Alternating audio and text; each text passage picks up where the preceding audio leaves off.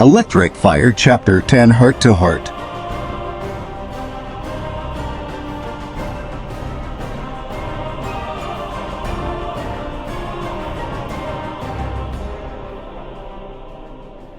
I took a seat on the couch, keeping my distance, though Maddie just looked at me once I was comfortably sitting on the couch. Ozzy was curled up on the floor napping, but then he got to stretch before going to his water dish in the kitchen. I'm guessing you and Tom want me to leave.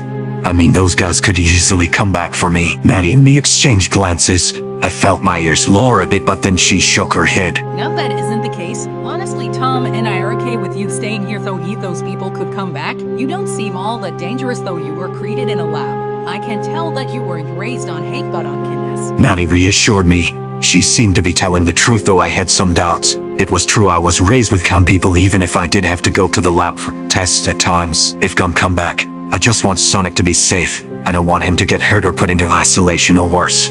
I probably put him in danger yesterday, though he was the one that decided to help me get to safety. Maddie listened as I spoke. She nodded a bit. She kept her gaze on me, but she wasn't staring. Right? Sonic's only been living with me and Tom for about a week. I too want him to be safe. He is still a kid after all. Me and Maddie talked for a while. Sonic mostly stayed in his cave room in the attic. Actually, he was on the roof listening to music while watching the sky and ground, mostly keeping watch over the house in case if Gun came back.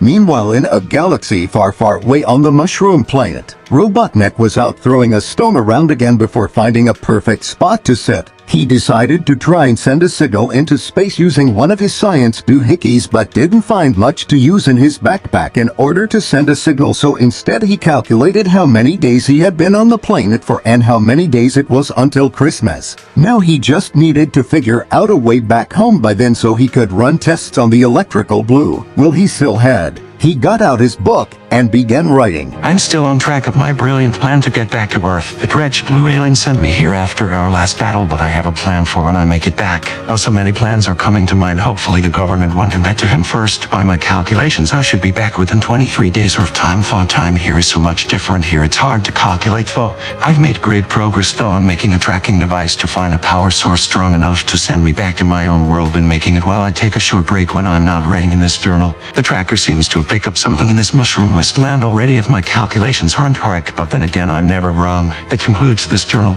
entry for now. With that, Robotnik carried on looking for the source of power using a tracking device. It was connected to the quill. The quill would light up when it sensed a power source. It was far from Sonic, so it wasn't picking up on the hedgehog's power, but something else. An hour passed. Tom's truck pulled into the driveway and there it parked. Tom got out. He was eating a donut when he opened the front door. Maddie got up to greet the returning sheriff. I decided to go upstairs to see what Sonic was up to after not seeing him for a while. He wasn't in his room when I got there. Panic ran through me thinking he had been captured, but then I looked up to see a shoe through the window above his room. I then teleported to his side and sat down, wanting to give him some company.